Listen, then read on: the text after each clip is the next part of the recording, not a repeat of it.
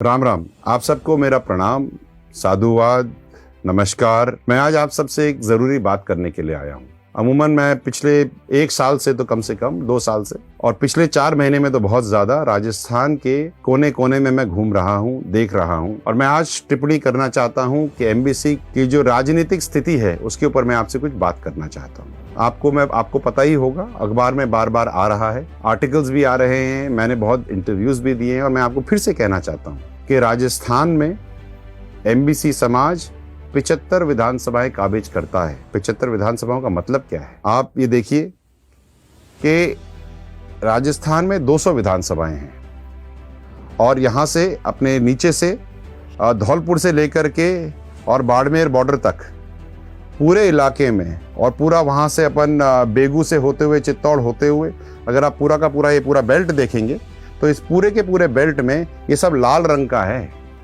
200 विधानसभाओं में से 75 विधानसभाओं में एमबीसी समाज के 35,000 से लेकर के 78,000 वोट हैं साहब। इसका मतलब क्या है? मतलब ये है कि 37% विधायक जो विधानसभा में बैठते हैं ये आपके आशीर्वाद से बैठते हैं, एमबीसी समाज के आशीर्वाद से बैठते हैं। जब हमारे पास इतना दम है, पॉलिटिकली हम इतने स्ट्रांग हैं, तो फिर कमी कहाँ रह गई? कर्नल साहब ने करीब 1 साल पहले ये बात कही थी और ये वीडियो बहुत वायरल भी हुआ था। अब समय आ गया है अपना राजनीतिक बाहुबल पहचानने का। 72 विधानसभा सीटों में हमारी भागीदारी है और हम देखते ही रह गए। मैं ये बर्दाश्त नहीं करूंगा और मैं दोबारा से आपसे फिर कहूंगा कि राजनीतिक चेतना बहुत जरूरी है। आपको राजनीति में हिस्सा लेना है। बहुत दिनों बाद मैं आपसे मुखातिब हो रहा हूँ यही बात कहने के लिए कि now is the time for you to change, now is the time for you to realize what reality is. राजनीति में हिस्सा लें, राजनीति में आगे बढ़ें और तरक्की करें। 16 लोकसभा और 72 विधानसभा के बारे में चर्चा हो रही है, वो बहुत काबिल तारीफ है। इसकी जो चर्चा की है उसके थिंकर को मैं बधाई देता हूँ। पर मैं ये कहना चाहूँगा कि राजनीतिक यात्रा बहुत जल्द शुरू होने वाली है। आप इसमें अपनी भागीदारी निभाएं। आपको पहचानना है कि आप कौन हैं, आप क्या हैं, आपका बाहुबल क्या है, आपका बल क्या है। इस बात को आप पहचानें। मुझे अफसोस तो एक ही बात का होता है कि मेरी एमबीसी समाज बल भूल हो रही है। अपने आप को पहचानो। ये बल भूल क्या है?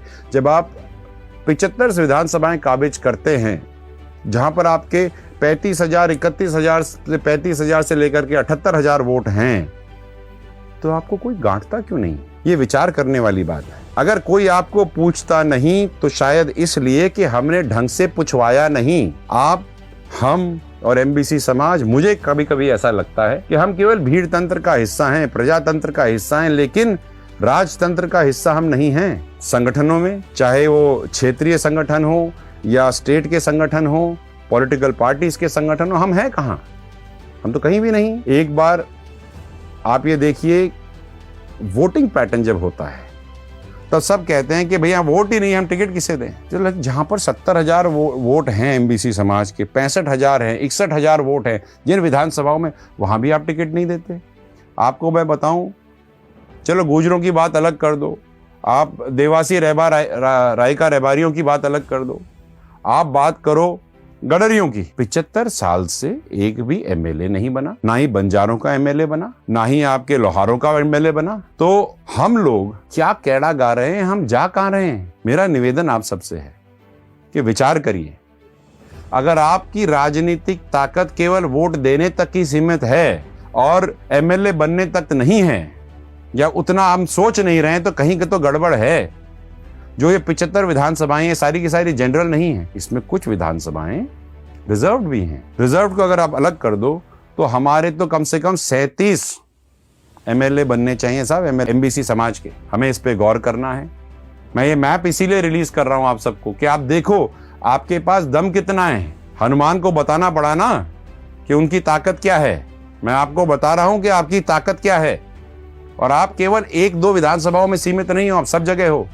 और जो राजनीतिक विशेषज्ञ हैं और जो बहुत बड़ी बड़ी इसकी बात करते हैं और समझते हैं, मैं उनसे भी एक निवेदन करना चाहता हूं कि एमबीसी समाज की पूरी जनसंख्या को आप पूरे राजस्थान से ना नापें। ना तो केकड़ी वाला गंगानगर में जाकर के वोट देगा साहब, तो हमारे विधानसभाओं में हम कितने हैं उस पर ध्यान दीजिए। पूरे राजस्थान में हम कितने हैं उससे कोई मतलब नहीं रहता। जिन विधानसभाओं को हम काबिज करते हैं हम उनकी बात कर रहे हैं, जहां पर हम है नहीं हम उनकी चर्चा करते ही नहीं। और वैसे भी राजस्थान में जातियों के अलावा तो राजनीति होती ही नहीं।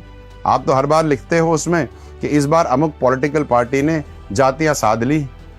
तो भाई अगर जातियों की राजनीति नहीं होती तो साधने की जरूरत क्या थी?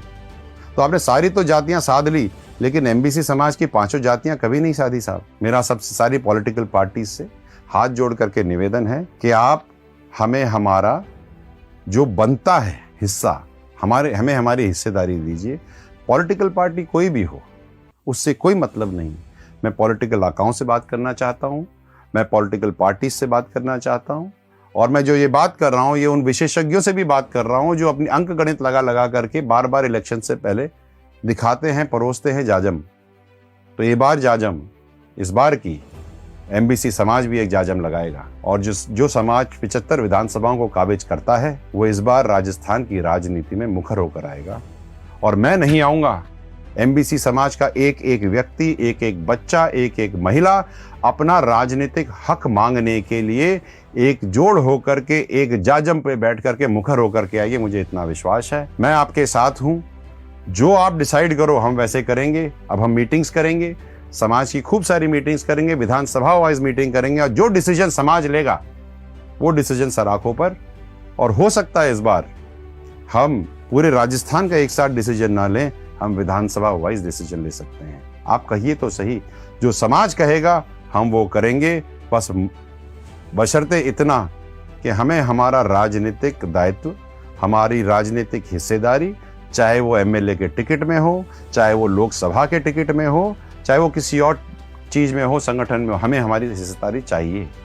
आप ये देखिए राजस्थान की जितनी भी लोकसभाएं हैं उसमें से 12 लोकसभाएं एमबीसी समाज जिताता है साहब, और मिला क्या हमें? कुछ भी तो नहीं। राजस्थान का मूल व्यक्ति अपने आप को ठगा सा महसूस कर रहा है राजनीतिक तौर पर। अब समय आ गया है एमबीसी समाज एकजुट हो और अपनी मूल चीजों को हक से वापस से ले, अपना राजनीतिक अस्तित्व बनाए। ये हम करेंगे। 12 तारीख को मैंने ये कहा था कि आज कर्नल साहब की अस्थि विसर्जन है। 12 तारीख के बाद से हमें जितनी भी राजनीति है हम करेंगे, और समाज मुखर होकर के अपना अस्तित्व ढूंढेगा और लेके रहेगा, चाहे इस इलेक्शन चाहे अगले इलेक्शन हम लेंगे जरूर। राम राम साहब।